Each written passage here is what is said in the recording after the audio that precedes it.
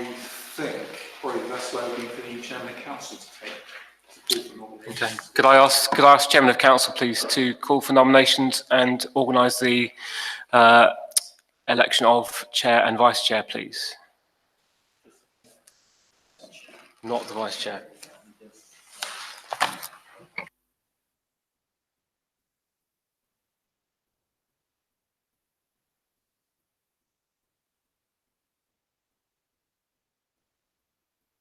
Agenda, election of chairman. Could I have any nominations, please, for that position? Yes, Chairman, can I nominate Councillor Guy? I've got his name. Should he be willing to stand?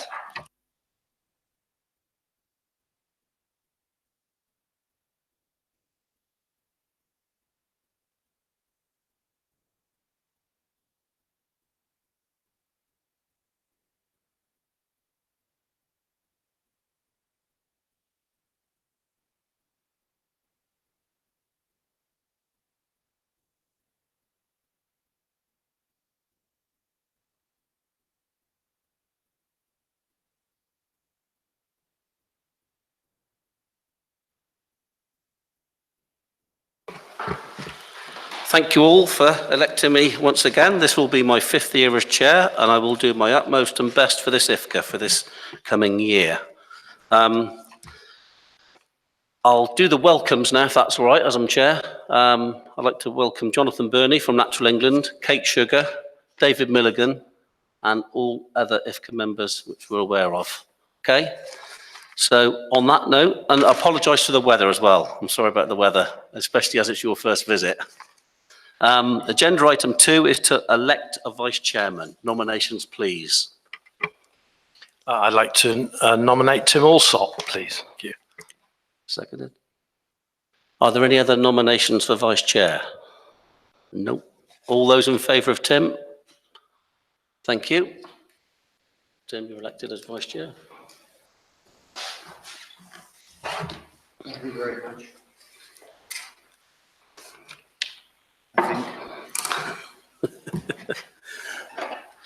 Okay, we'll move on to agenda item 3, which is declarations of interest. Declaration of interest, Chairman, as I nearly said hobby fisherman, but it's been changed now, recreational fisherman. I am a part-time commercial fisherman, Chair. Thank you. Commercial fisherman, Mr. Chair. Thank you. And we'll move on to agenda item 4, which is minutes of the previous meeting held on the 24th of January. Are there any amendments or questions on the minutes?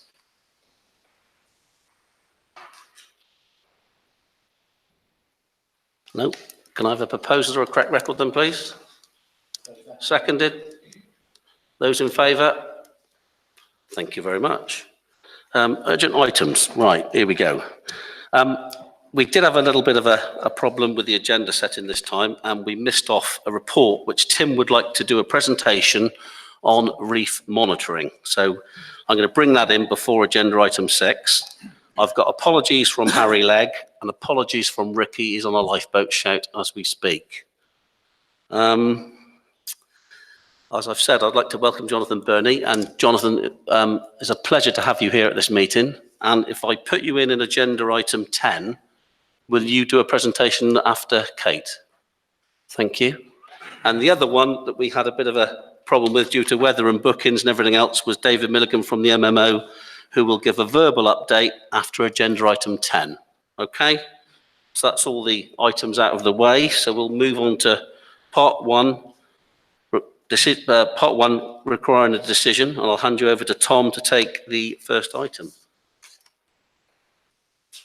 Is Tim not giving his presentation before? Sorry, because it's not written down. I just said it. So what I'll do first is hand you over to Tim, please, to give you a update on the reef monitoring. Yes, hi. This came about because there's the opportunity to do a lot of deep water ROV type of work, tow cameras, and what was sort of a little bit lacking was that it's hard to get dive teams, certainly professional dive teams, to do very detailed surveys nowadays. So I persuaded the usual group of friends that many of you have heard of many times to see if they'd sign up to this, and they kind of bit my hand off. So what we've done is we've done some fixed point short surveys on the reefs around here, but we've also done it in conjunction with Plymouth Marine Laboratories, and I'll come back to that in a moment. You can see from the map that there are various survey sites here, here, here, and here, which are all fixed with pitons. And if I overlay them, you'll see that those sites there up towards the Hard Lewis, back of St Mary's and White Island, Hanjig to Deep Ledge rather, fall in different marine conservation zones. And each of those areas also represent the kind of norm for those areas. For example, just as an example, the Gap Point survey area is mainly sponges, hydroids, sea squirts, which most of the back of St Mary's is. And the Gilstone to Gregan one is a wilder area and tends to have anemones and more encrusted bryozoans and sponges rather than branching sponges. And that represents, so we've tried to sort of spread it through the area and represent sites that come into that area.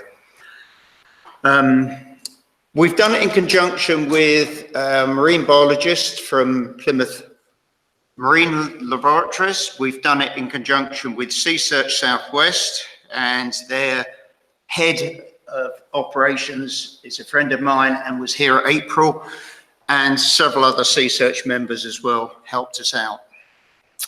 And if I just go through some of the things that the ideas, you can see our survey line, which was 25 metres on all sites.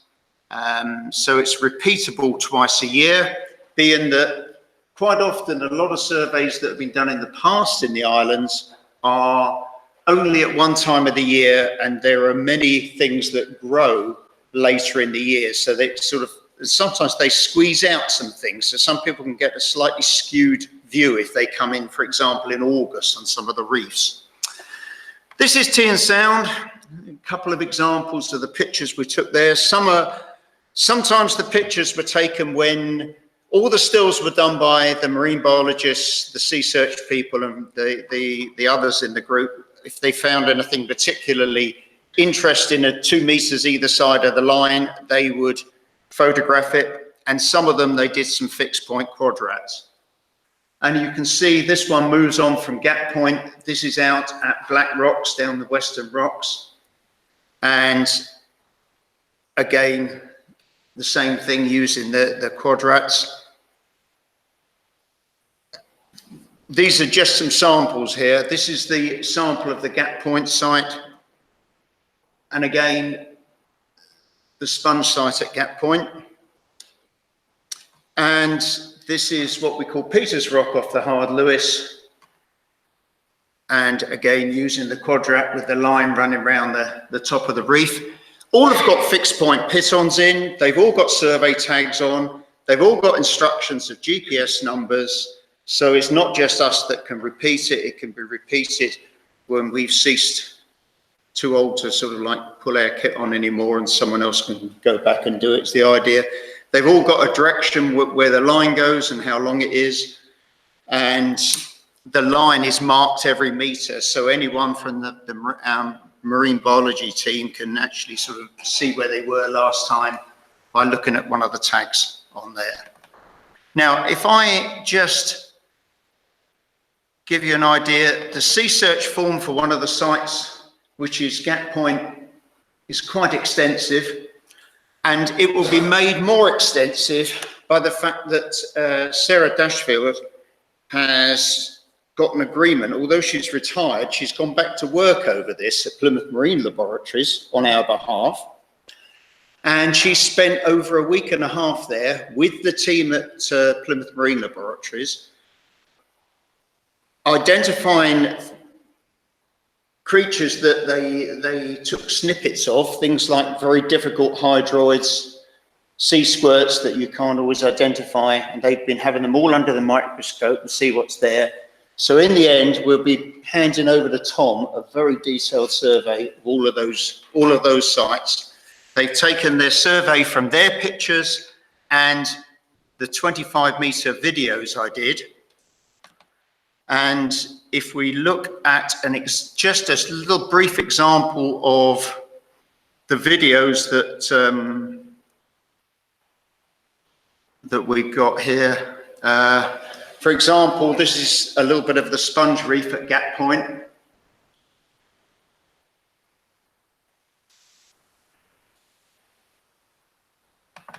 And this one here is an example of the quality we're able to get. I was using a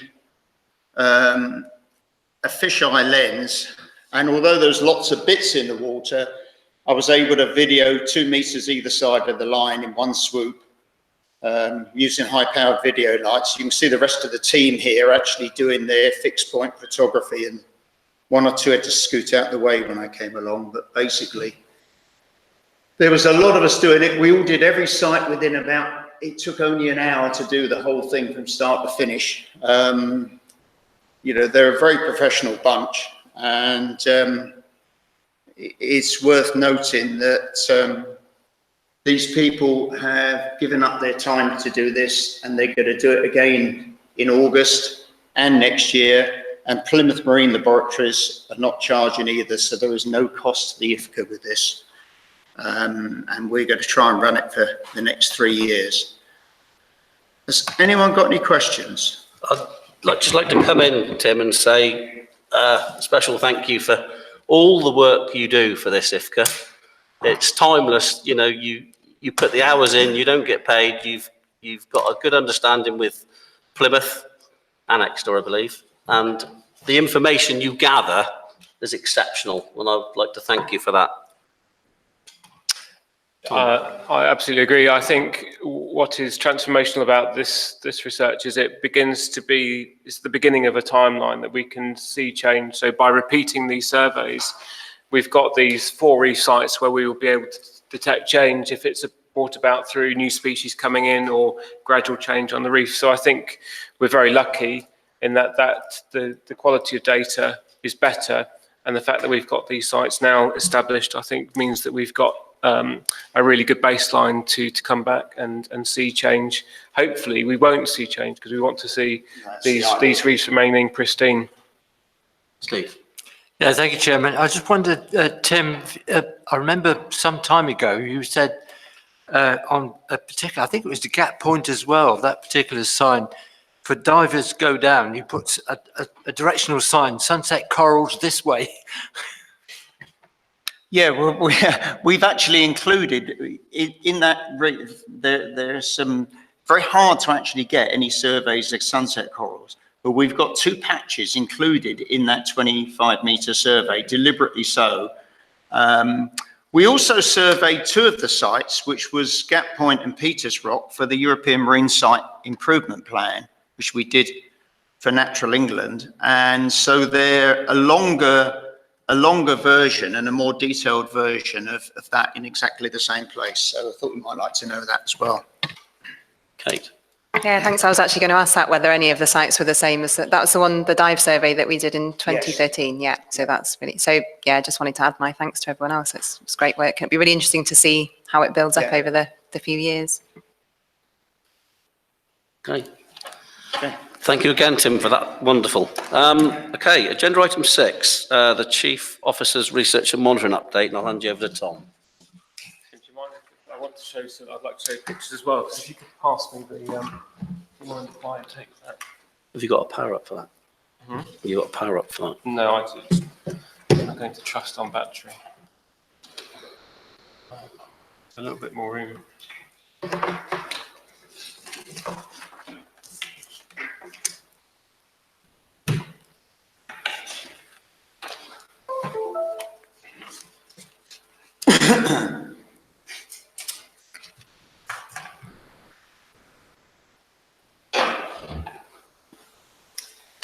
So I'd like to show you some pictures of the research which is happening as we speak. But before I come to these particular pictures, a very brief note to draw your attention to two bits of research. One is the long-term shellfish monitoring, which is starting in July. Now, if you remember 3 or 4 years ago, there was the big crawfish lobster project, which was run, and essentially the aim of this is that we can do a similar approach to gathering data. Thank you.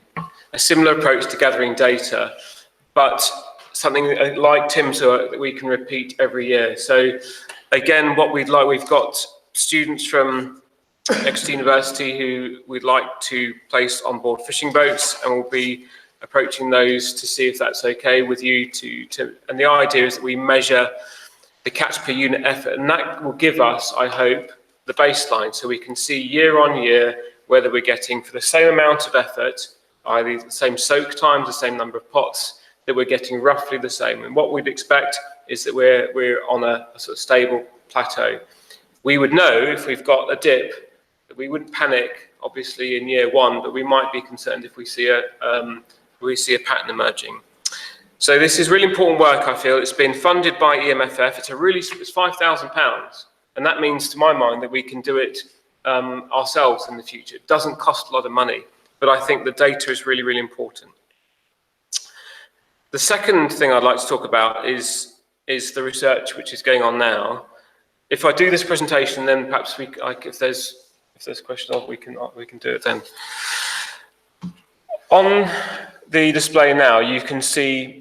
So in comparison to the work that Tim's been talking about, we're moving further offshore. And the tracks you can see on the right-hand side are the tracks of the Tiger Lily, which is Cornwall IFCA's research vessel, which was here. And they have very generously given us their time. And that was for 3 beautiful calm days in May. And that was over 120 kilometers of survey using a side scan sonar, and that gives you an idea of the bottom type. Now we have, this week, we've got Plymouth University team of 4 people here working on Adam Morton's boat, the Falcon, and he has rigged up on his boat, you can see on the right there, what would you call that? Not an A-frame. Davit, that's the word, a davit and a hauler, and it's working fantastically. By the way, the feedback from the Plymouth University team is that Adam's been superb. He's gone out of his way massively to help make sure this work is proceeding to plan. And it's not easy. Obviously, they're not out there today, and we've lost already 3 days of weather. So the aim is twofold. Firstly, to use this called a shipwreck grab, and that goes down to the seabed and takes a chunk of the seabed. And as you can see, we're missing the bit in the left, but essentially each grab comes up, confirms what we see on the side scan sonar. So it's ground truthing. Each of those dots is where they're going to do the sampling. And then the second bit of equipment they're using is a tow. It's a video tow, and I haven't got a picture of the machine there, but this is a picture of the Tiger Lily and the side scan sonar on the right, which they've been using. Do you mind if I just try and Yeah.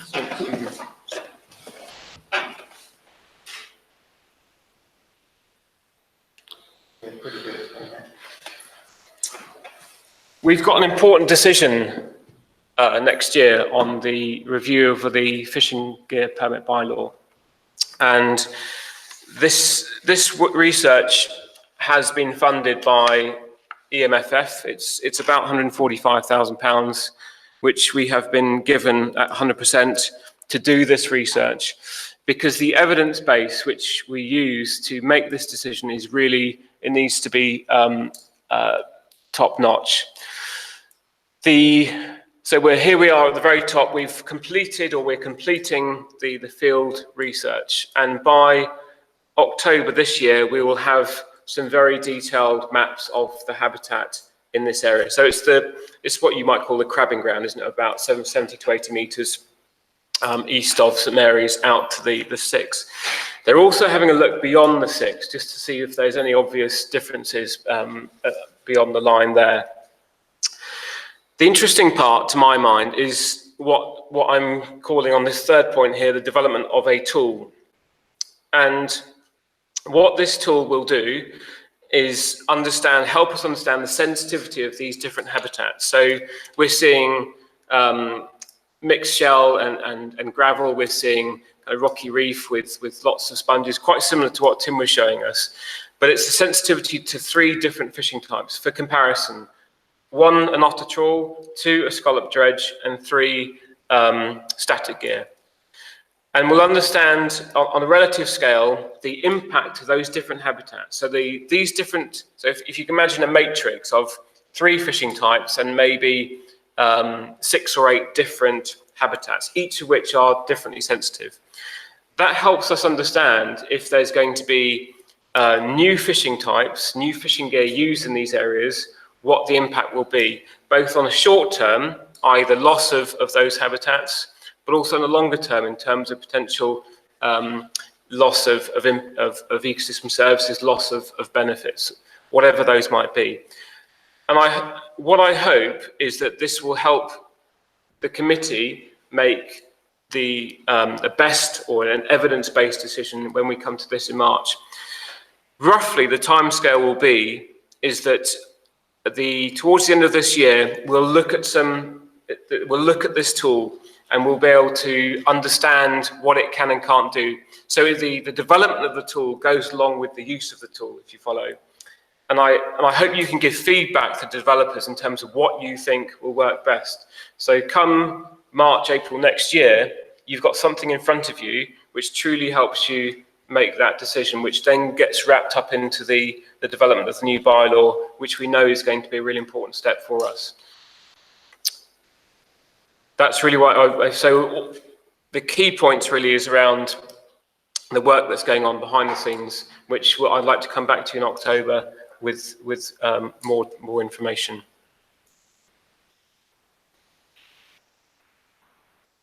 Yeah, thank you. Thank you for that, Tom. Some very important work going on there as well. Are there any questions on that point? Kate? Yeah, just a comment actually. I think it's going to be really interesting to see what this tool looks like and how it can help support decision making. But also just so it's obviously got a very practical application right here in Scilly, and there's a big decision coming up, so that's good timing. But also just in a national context, I think it's really, the 2 projects that have sort of got wrapped up into this one project, there's the MFF funding. I think it's great to have the 100% funding from the MFF, and that's a good sort of mark of their approval from these projects. So well done for getting that, Tom. But also I think they're both quite innovative, and it's really good to see the IFCA trying new ways of doing things and being at the forefront of developing these new ways of thinking. So I think that's a really good thing to be involved in. Thank you. Nick? Tom, you mentioned the sensitivity to 3 different sorts of fishing gear. Will you actually use that gear on the ground to see if there's any impact, or are you just trying to sort of make a decision based on what's there? It's the latter. So we're not going to be using any scalloping or otter trawls. The data will come from existing knowledge, not from here but from elsewhere, about the impact of those different fishing types on those different habitats. Tim? Can I sort of, we're talking about potting here. One of the things that if we're, sort of like using examples of other areas that may be a little bit different, is we have got a size limit to the boats here. And when we did the European Marine Site Improvement Plan, one of the things I got into with some of these guys was I actually videoed pots being dropped and their impact on the seabed. And surprisingly enough, the bigger the pot, the less the impact, because the more it didn't come down to the seabed in a particular hurry. And it was quite a soft landing on 99% of the time we did some videos. But the size of the boat's important, and it needs to be borne in mind with this, because the fact that we're all 10 metres is about the maximum it comes to here, is that most of these guys can't haul if the tide's running. And consequently, when I videoed them being lifted again, the lift was quite gentle and at no point was dragging it along the bottom, which I would guess wouldn't be the case if we had bigger boats operating in tidal water. So in some ways, we've got to always remember that we are slightly different to the norm because of the boat size. That's a valid point. Yeah. Any other questions? Sorry, Mr. Chair, just to pick up on that. Yeah, I mean, basically small boats, you more or less have to lift your gear vertically as opposed to pulling it horizontally, and pulling across the bottom is what will do the damage. Could I just make, Sorry, I'll just reiterate on that as well. And the bigger boats, of course, want to get much more gear done. They've got a team of guys on there going through quickly. They don't keep the boat up on the gear, like Nick says, so they're dragging the gear a lot of the time. So I think that's really quite an important point that could well get missed. on a separate note, could I record my thanks to members who have given their time for various bits of social research, which we've done. I know Mr. Jenkins and Mr. Watt, thank you very much, and also to members of the fishing community. Two things. One, I want to make sure that we do this research, it comes back to the committee, so their findings are reported back. And this is both the research on the historical potting work that we were interviewing fishermen through March, and the governance analysis, which we were doing 2 weeks ago. So I think the quid pro quo is, if you're giving your time, you need to get the data back. So I've made it very clear to those researchers that we want to see, hopefully, them back personally to report, or if not, then I can report back on the summaries of their research. Nick? Just worth pointing out, I think the last girl, 2 weeks ago, the blonde girl, was she official or was she just doing that off her own bat? All the researchers, like Rosie, who came, and like the two researchers from Exeter, I help facilitate and I encourage it. So it's a bit of a grey area, frankly, because I want the research is useful to us, but it's not, and I make it clear to everybody, it's not under the IFGA banner, unlike, say, the Plymouth research, which is very much something that we've commissioned. I think it's just worth pointing out that the first two lads that were talking about the historical, they had their questions all worked out and went through a list. The last girl didn't know what she wanted to ask, even, to be honest. She said to me, any more questions? I said, well, you're the one that should be asking the questions, not me. So she didn't seem to have much idea. So I think it'd be worth pointing out to them, they need to be, to know what they want to ask. Going back to this evidence that Tom's gathering, I think when we've got a lot more of it gathered, we'll have an informal for a discussion, and we'll notify Kate and David, or let you know when we're going to have an informal, because I think that'll be a good thing to do before we have a full debate on it. I think to have a workshop when we can spend a good couple of hours getting to grips with the data sometime around November, and that will be really good from my point of view. Yeah. Okay, thank you for that, Tom. Agenda item 7 is the Marine Enforcement Officer's update, and as I said, Ricky's out on a shout. So, Tom, is there anything there that you would like to say about the report? Well, yes, very briefly.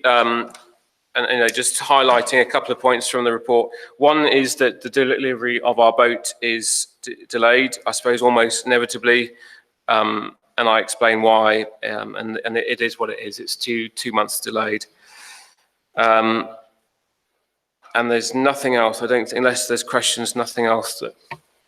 I think it's worth pointing out that we are using other boats and doing our job. Thank you.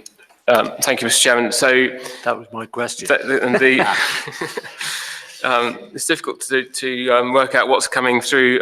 We did have a very brief chat before, and the question is really around what our interim solution is. And clearly we want, because we didn't have a full season last season because of problems with the Matless Bridge, this season we need to make sure we are present. So we're looking at a coded boat that we can find locally, which will incur a cost, but does mean that we will be able to be enforcing through from now until the end of July. And that is in hand, so. Any other questions? Nick? Any cost implications for the new MCA requirements on the boat? No, there's no additional cost to us. It's a time delay rather than a cost increase. Okay. Any other questions? No, on that item. Okay, thank you. We'll move on to 8, compliance and enforcement. And I'll hand you to Tom. There are 2 decisions here, by the way. Correct. So you can help me through this. So I'd like to go straight to item 6, and well, just to give the overview, there's two key things in this report, and we need to make decisions over the hobby fishing and the crawfish minimum landing size. Do you mind, Mr. Chairman, if I approach these the other way around? Yeah, fine. Go on.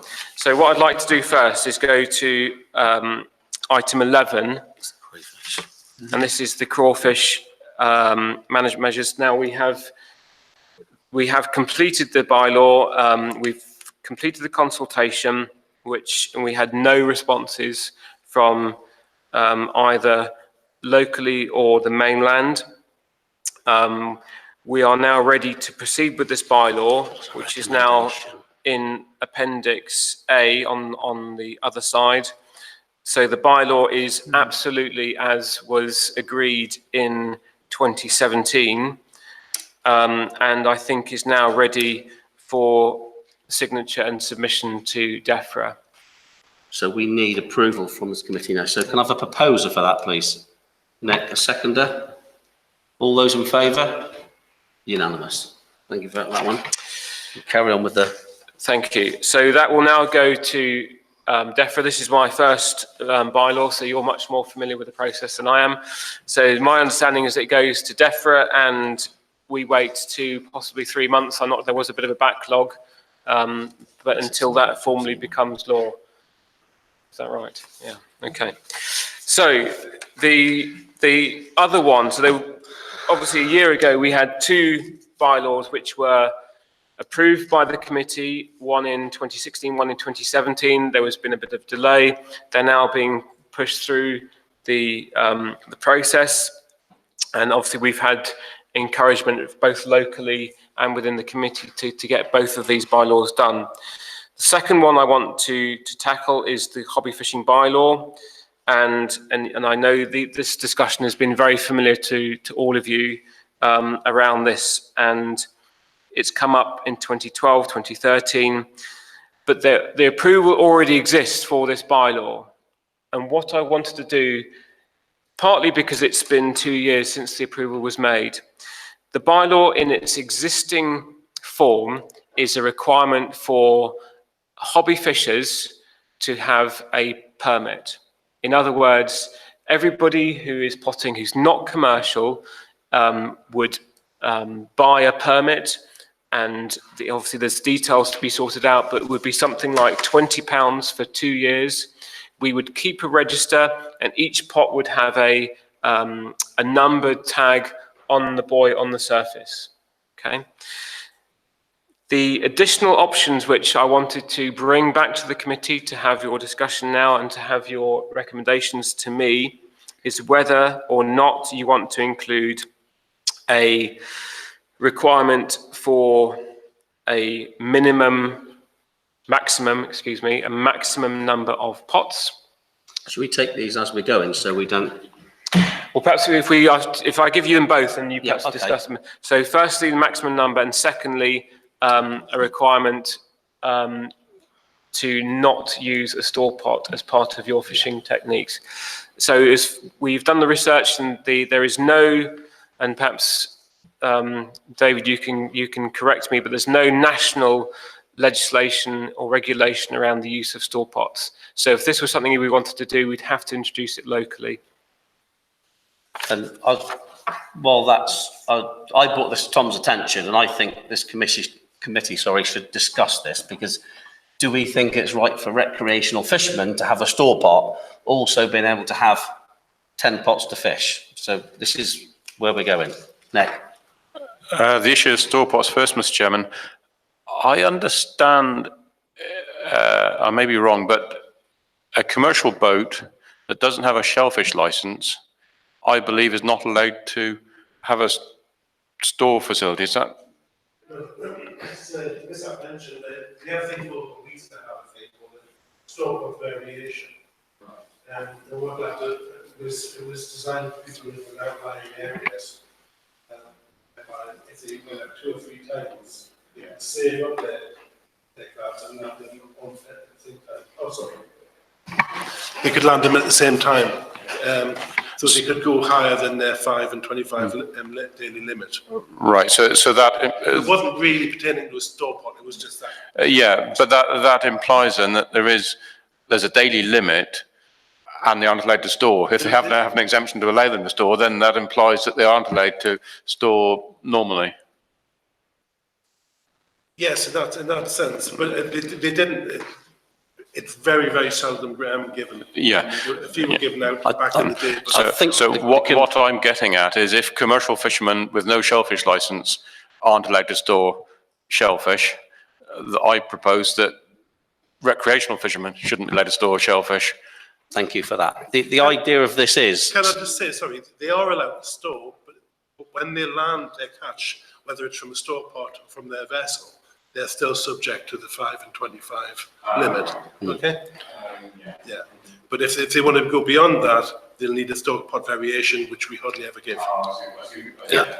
Yeah, I understand now. Yeah, so I'm not quite correct there. I mean, the whole idea of this is for recreational hobby fishermen, should they have a store pot or not? And that's, we're doing the bylaw, so we either put it in now and not, it needs to be done now if members feel that hobby fishermen or recreational fishermen should not have a store pot. So what's the opinion? Thinking, again, if we limit pots, then there shouldn't be any need for a store pot, really, I would have thought. So it's not in their interest to store them, really. Okay, Steve. I think from memory, Chairman, this was first brought up probably 10 years ago at a Fishermen's Association meeting, and subsequent, or rather following that, I did have a meeting with hobby fishermen, and they informally agreed that no store pot, a maximum or minimum maximum of 10 pots, and but no store pot. Right. So have we got a proposal then for a limit of 10 pots with no store pot to go in the bylaw? If I may say, Mr. Chairman, I think 10 is too high. Originally, the original fishermen's meeting, we discussed 2 pots, and then it was agreed that wasn't enough, so it went up to 10. But at that time, there were 1 or 2 fishermen who were using 10 pots. I think they're now licensed themselves anyway, so that I don't think you'd have the objections to 4 or 6 pots that you would have had 10 years ago. And I think that's enough. I mean, for example, I just happen to have 2 odd pots that I work on a rope. It's a long story, but those 2 pots, so far this year, I've caught 20 lobsters. If I had 10 pots on that basis, that would be 100 lobsters. That's too many, I would say. I mean, the situation we're in is we need to make this decision today for the bylaw. As Kate. Sorry, could I also just clarify? So this paper in paragraph 6 mentions a previous option discussed of a bag limit of 2 shellfish a day, which presumably is part of this discussion. Is that an additional proposal, or? I haven't envisaged that would be part of the proposal. I mentioned it because it was previous to give context to what was discussed in 2012 and 2013. In theory, and as far as I'm concerned, there's no, the discussion, what we want to try and do is make sure we future-proof this bylaw, because the process of a bylaw takes time and money, and what I don't want to happen is to put in place a couple of conditions which we then feel are not sufficient. So what the guidance that I feel I want to give is to think about future-proofing this bylaw, so we don't have to come back to this issue again. Robert?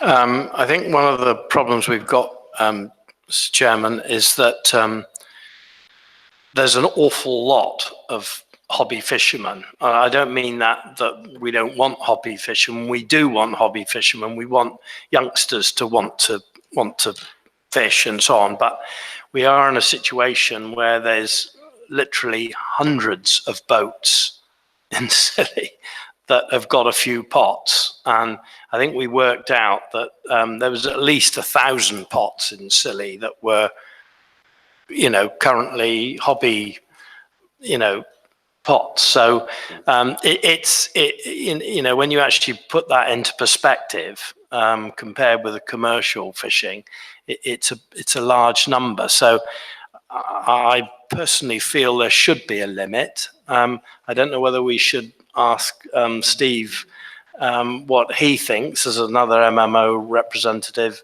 or not, council representative, but as a hobby fisherman himself, it would be helpful to know, I think, Mr. Chairman, what he feels on this. Totally agree. Dave? Yeah, well, Chairman, I think the maximum of 10, at the time when that was suggested, there were at least 3 recreational fishermen who were working around that number. There were 2 that were working a lot more than that, and as Nick said, one's now died, and the other one's now a commercial fisherman, got a license and is doing it properly. My personal opinion is 6 is a reasonable number. I know there's at least one hobby fisherman on St Mary's who's got 8, but he's an exception. And I think 6 would be a reasonable compromise. And the bag limit is one crawfish or 1 lobster and 5 crabs has been suggested. But I mean, I've only got two pots, so I go well within the 6. I'd rather, to start with the bylaw, I think if we go to the basics, which is the pot limitation and the store pot, which can be in the Act. If you go out one day and catch 3, you catch 3, I'm sorry, but I just think I think with no store pot and a limit on the pots, personally think would be suffice, but. Yeah. Tim, sorry. I think going back to what Kate suggested is okay, but I think that it's going to put a lot of work the team's way in trying to police that.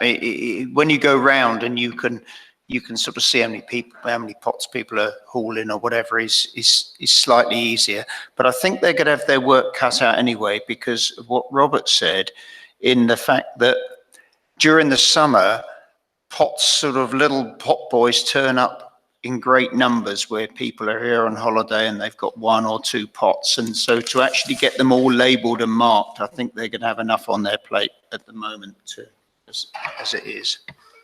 Steve? Yeah, I think, Chairman, I think Tim is perfectly right. I think whenever I did a bylaw in the past, the first thing I asked myself was, how are you going to police it? That's the first question, really. So whatever you do or whatever is decided is really conditioned on how it can be policed. And as you know, without a bylaw, we can't police it. But with the bylaw, we can. We'll have a chance of policing it. So have we got a recommendation? Not yet. Sorry, Mr. Chairman, if I may. Yes. Thinking, I said, if the no store pot would make us sort of unique, I think if we did the limitation on fish landed per day, which is a more normal limitation, that would negate the store pot anyway, because there's no point in having a store pot with 10 lobsters in it if you can only bring 2 ashore. So I think if we went that route, we won't need to worry about setting a precedent by saying no store pots, whatever. I personally think you need the store pot written into the Act, because it will stop it happening if somebody does try to abuse the situation. That's a personal opinion. Tom? I think in practical terms, the bag limit would be difficult for us to enforce in terms of, the burden of proof in terms of, somebody carrying the lobster to, where they came from. I think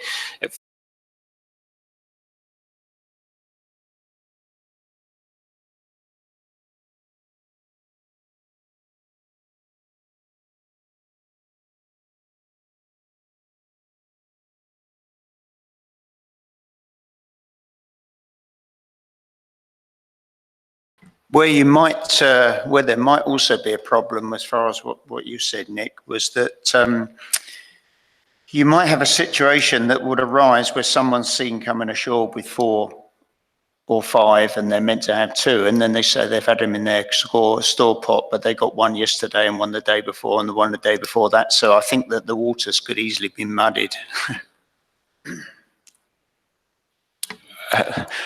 I don't know how much detail we have to put in the bylaw, because, for example, I would like to say that any hobby fisherman, recreational fisherman, has to have a gauge aboard their boat. So if they were boarded and they had no gauge, then they're in breach of the bylaw straight away. Do, as far as I'm aware. And another cat among the pigeons, how about wet fish? Because there is a hobby fisherman I can think of that's landing a lot of wet fish. This is on the shellfish. We can't. Not on this. Sorry, Robert. I think, Mr. Chairman, we perhaps, yes, we ought to deal with one thing at a time, actually, and deal with this now. And I think it's the view of most of the commercial fishermen that store pots are unnecessary. So for the reasons that have been stated, I think we should preclude them. And I think if Councillor Watt's suggestion is taken forward of 6 pots, I think that's what we should, would be a fair number to go for. So I would make that proposal if... 6 pots and no store pot. I'm happy. Sorry to be nitpicky. Is it 6 pots per boat, per man, per? It will be per boat, won't it? So it's a very good point. I think it will have to be, in other words, a permit holder is connected to a specific boat, and those pots can, so in theory they should all follow together. Yeah.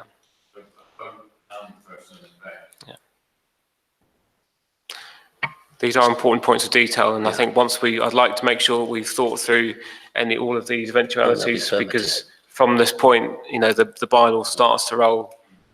Steve. Thank you, Chairman. There is a template for a similar bylaw in Northumberland, where, again, the permit scheme is worked. And you can't, for instance, you can't have 2 people with 2 permits on 1 boat.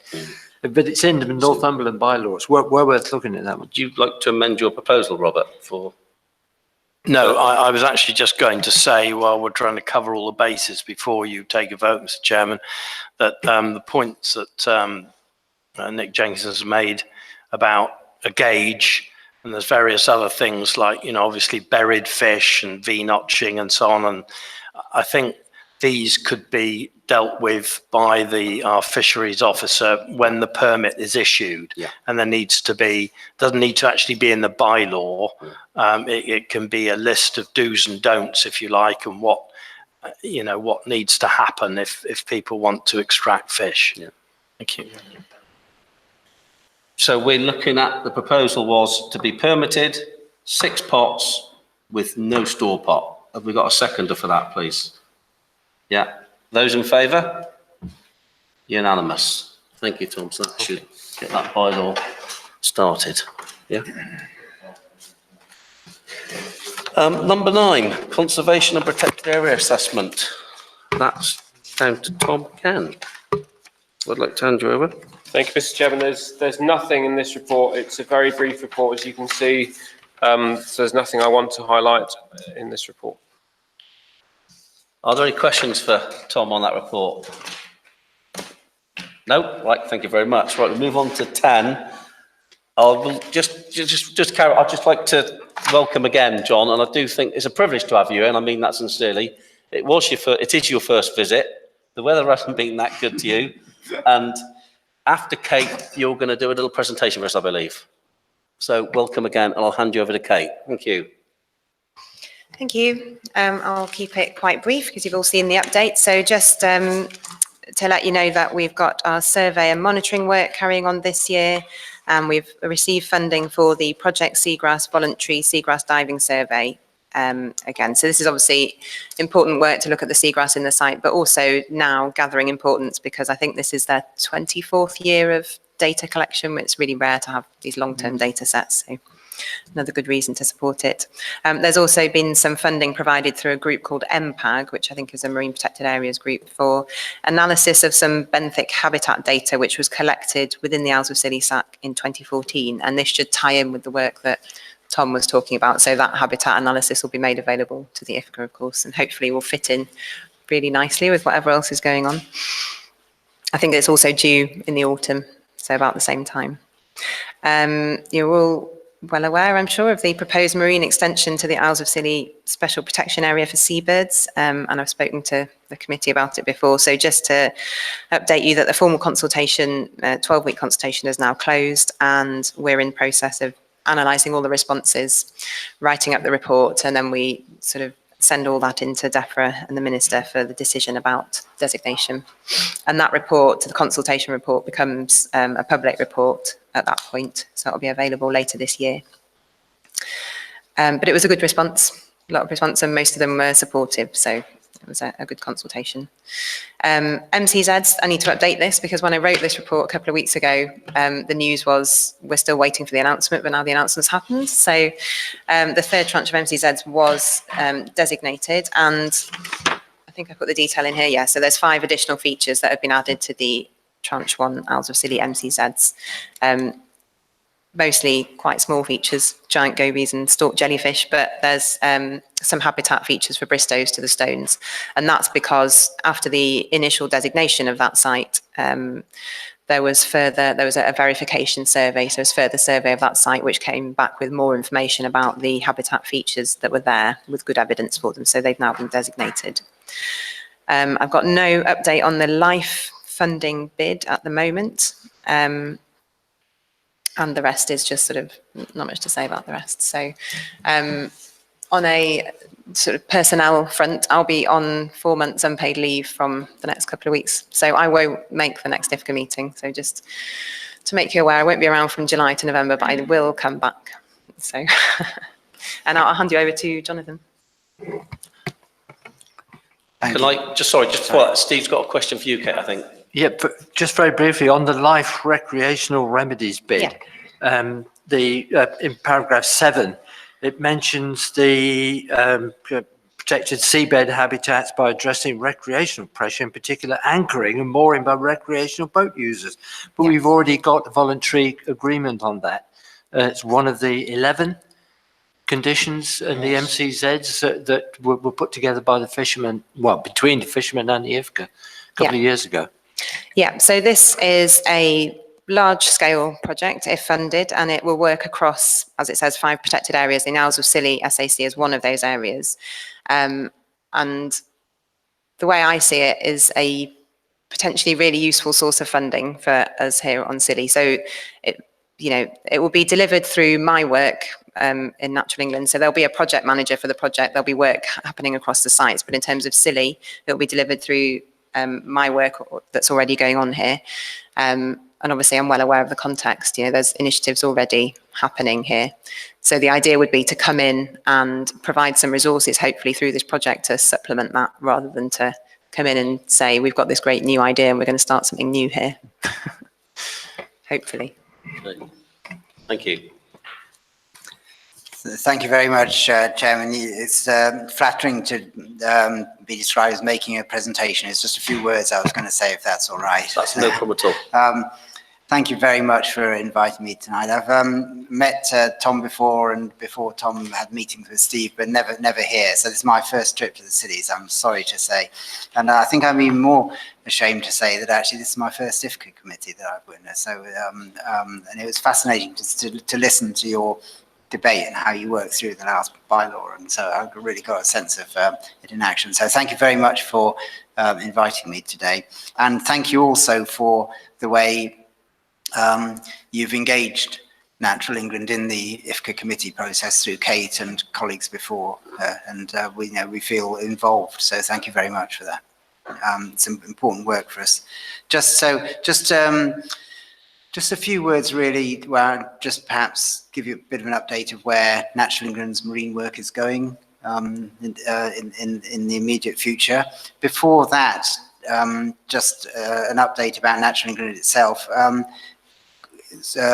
Significant changes to Natural England's leadership recently. So we have a new chief executive, Marion Spain. Marion has been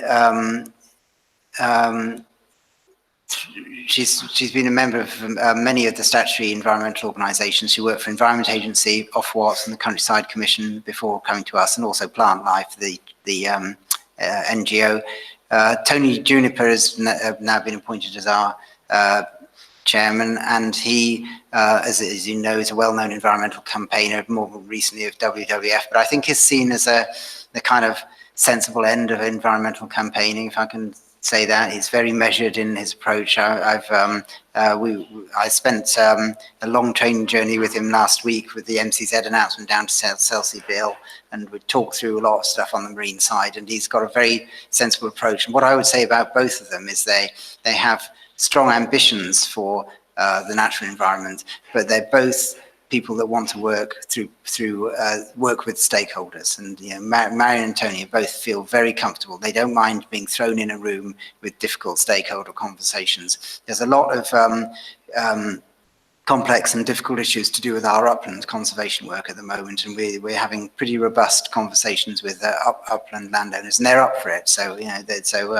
I think it'll be good news for the organisations that work with Natural England to work with Marion and Tony. So and they're playing very well internally as well. So we're glad to have them around. As Kate mentioned, we've just had the MCZ announcement, so that's 41 sites in total. And I think, all the sites that were consulted on have gone through to designation. There have been one or two sites where there have been minor changes to the features, but they've all gone through to the designation. So where we're at as an organisation is we're nearing the end of a long process where a lot of our energy was focused on providing the scientific case for site designation. We still, as Kate has mentioned, we've still got a few of the bird sites left. We've got Isles of Scilly, Solway, Firth. We've still got to submit our final advice to the government, and there's a possibility of a Balearic shearwater site as well. But then that's it in terms of the marine sites for designation for the moment. The job that we're charged to do by government is to help DEFRA ensure that we have a coherent and well-managed network of marine protected areas. That phrase is important. It encapsulates our commitment, our international treaty commitments under the Oslo Paris Agreement. And what we feel we've done is we've completed the coherent network. We've done the designations. We've got a more or less, there's one or two gaps, but there's more or less a coherent network of marine protected areas. The emphasis for us now is on making sure those sites are well managed. There's no point in having designated marine protected areas if the sites aren't in good condition. So our emphasis now will change towards that agenda. We've always been working on that agenda, but there'll be more emphasis on that, and it involves a range of activities.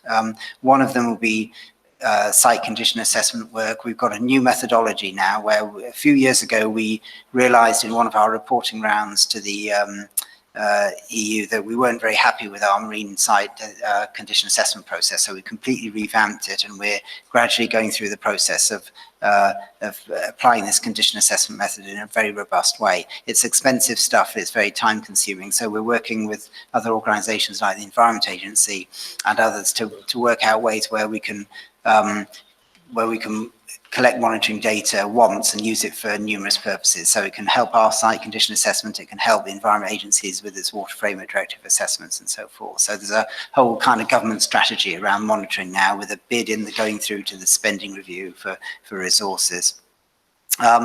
We are working a lot on statutory conservation advice packages. We now have 100 marine sites that are covered by our statutory conservation advice packages, and we hope in years to come that we'll have all our sites covered, and including the 41 sites just designated.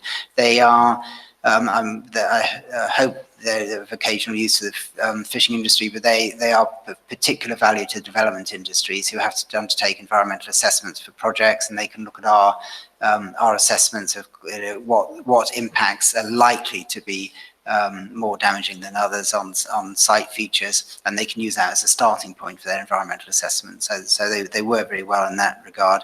We also are working with the IFCAs and the MMO on the habitats regulation assessments, and I'm a little bit concerned we got a bit behind on that process, but we have plans in place to catch up. We are spending a lot of our time also giving bespoke advice to the regulatory authorities like IFCAs or the MMO on fisheries issues, but also on development impacts. There's a huge amount of work we have to do now for the planning inspectorate. There have been 3 very significant wind farm development proposals have gone to hearings, and so our experts are tied up in hearings for a significant amount of time to make sure that the evidence is in front of the planning inspectorate so they can make good decisions about the wind farms and other major developments. So all of this is about getting good site management for us, and it's all these different activities, and it involves communications work as well. We're hoping to improve our description of what the value of these sites are, and use of films and infographics and other visual techniques to actually help people understand the value of these sites when they're never going to see them probably. And finally, there's a lot of work we're doing in terms of partnerships for complex sites where there are multiple impacts and multiple regulators need to be involved. So all of that's happening. Turning that down to sort of Isles of Scilly, we know we need to help the IFCA with difficult decisions about bylaws, like the gear permit bylaw coming up next year, which Tom mentioned.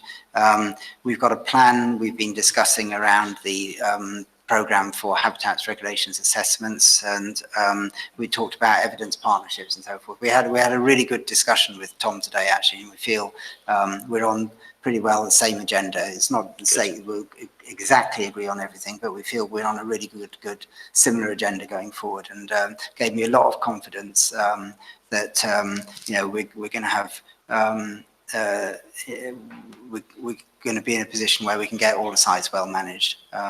And I just finally want to say, as far as the Isles of Scilly are concerned, I mean, it's a unique mosaic of habitats that are really very, very precious, and it's very important for us that we do take the steps we need to get them well managed. But we also recognise that it's a unique community here, and we need to go. We need to take the community with us and go at a pace that the community can work with. So that's what we hope to do. I'm very happy to take any questions. Thank you for your update. Any questions for John? Yeah, thank you, Chairman. Under the overarching heading of European marine sites, I assume that most of the legislation and so on, should Brexit ever happen, will continue. Because I believe it's going to be encased in UK law. Yes, there's a series of statutory instruments which exactly transcribe the European law into UK law, and most of those have already been passed actually. Yeah. So they're already on the statute with start dates, which will be when that's 31st of October at the moment. So that preparation has already been done, and it's an exact transposition.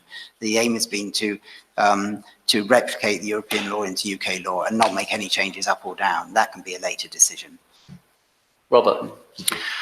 Thank you, Chair. No, I'd just like to thank you for your comments, and especially for picking up on 2 items that are very close to our Vice Chairman's heart, and that is that Scilly is different. Our marine environment is very different to anywhere else, and the fact that you've picked up on that without having to be bullied into understanding it, I think is very creditable, because it is important. If you're dealing with Lyme Bay or somewhere, you just cannot compare with how Scilly needs to be dealt with and its unique marine environment. And the other thing is the fact that you've also appreciated, without being here very long, what a special community there is here. And we have, especially with Tim's help, who's done so much for this IFCA, it's always been a bottom-up approach from the community, and complete buy-in with the fishermen and other stakeholders. And, I think, we've been noted as an example of how these things can work. And I say mostly down to Tim's hard work, but I'm so pleased you've picked up on both of those items. Thank you. Thank you. Okay. Thank you once again for your presentation on the. Thank you very much. Thank you. I'd like to welcome David Milligan, and David's going to give us just a quick verbal update on the MMO. Thank you, David. Thank you. Yeah, the MMO is very, very wrapped up with EU exit preparations, should that happen. We've currently got a chartered vessel, the Osprey, at sea, doing enforcement work out to the 200, going right down the trouser leg. And a lot of effort has been put into that. Initially, that was because we had that time to coincide with the initial, what we thought was going to be the date when we were going to leave. That obviously wasn't the case, but we'd already paid for it by then, so we had to go ahead with it. But we have been doing valuable inspection work. Also, we've had a recruitment drive. We have got 3 brand new recruits working out of Hale, many more across the country. They're all on a temporary contract. Should Brexit not happen, they probably wouldn't be staying with us, but they have been brought in specifically to deal with the impact of that. There have been 2 reports have come to fruition since the last meeting, I think. That'll be particularly of concern to the under-10 fleet, and this is the IVMS and the catch recording. Two reports out from DEFRA about that. Catch recording first, that looks like it's going to start to be rolled out from July onwards in a phased introduction across the country. I'm not sure, but it'll be a while before it'll be enforced, but that's when they're going to start to introduce it. Are you aware at all of this? No. Basically, what this means is before a vessel lands its catch, it has to complete a catch assessment before it's actually landed, unless it happens to be landing non-quota species. If you're landing only non-quota species, you've got 24 hours. You can go home and you can do it from a computer or a laptop. If you're landing quota species, it must be done in the vessel before landing. An assessment has to be made of the weight, and that is entered and sent off electronically using presumably an app. I think in fact it is an app. The 10% error margin on estimates of weight. There's more information on this. I'm very happy to leave a copy of this for you if you're interested, and maybe you could pass this around. But it's also available on the DEFRA website. You will, but I thought anybody, it's a consultation report, so it might be interesting for your members of your fishing associations. Have a look to see what's coming. It has been trialled already with over 100 fishers, I think. But you might be interested in the comments, but I can leave that here for you to look at afterwards. Also, I mean, the double whammy really for the 10 boats IVMS is coming in, and that will be, we're not expecting that to be enforced until 2021 at the earliest. But that will be coming. I did have more information, but I'll just keep it brief now. The information is online if anybody wants to go and find it, but it is coming.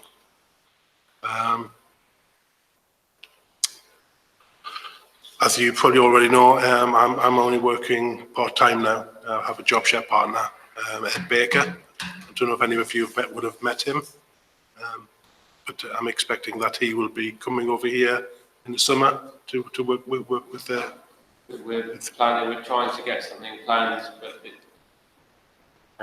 we're trying to get something planned, but it partly depends on when our boat is ready. So it's in discussion, I think, is the best way of putting it. Hopefully be coming over with a couple of others and we can get something together. That'd be good. The landing obligation, which came into full force this year, is now about 3-4 months in. I think though the view will affect, I'm not sure if it would actually affect many silly fishermen, possibly trawlers. Which we haven't at the moment. You have it. You still have a trawler going? We have one permitted trawler, but Yeah. not operational at the moment or Right. part-time, isn't it? I think he's likely to be the only one that's likely to be affected. But what we're seeing across the board, we're seeing very, very few. What we would have expected to say had it been working would have been a certain amount of what we call minimum under conservation reference size fish turning up to be stored at ports. We're not seeing this at all. So, just, anecdotally, it doesn't seem to be having a huge impact. But conversely, it could be because fishers are actually changing their practices, fishing more selectively. But I'm sure there'll be more information on that. That's all I have for now. Any questions for David? No? And that information, Dave, would leave a copy of that and we'll give it to the Fishermen's Association, I think would be the... Yeah, I'll leave this here. There's also and then- the link to the website as well. Lovely. Thank you for your report. All that remains for me to do now is close the meeting at 7:40. Thanks all for attending.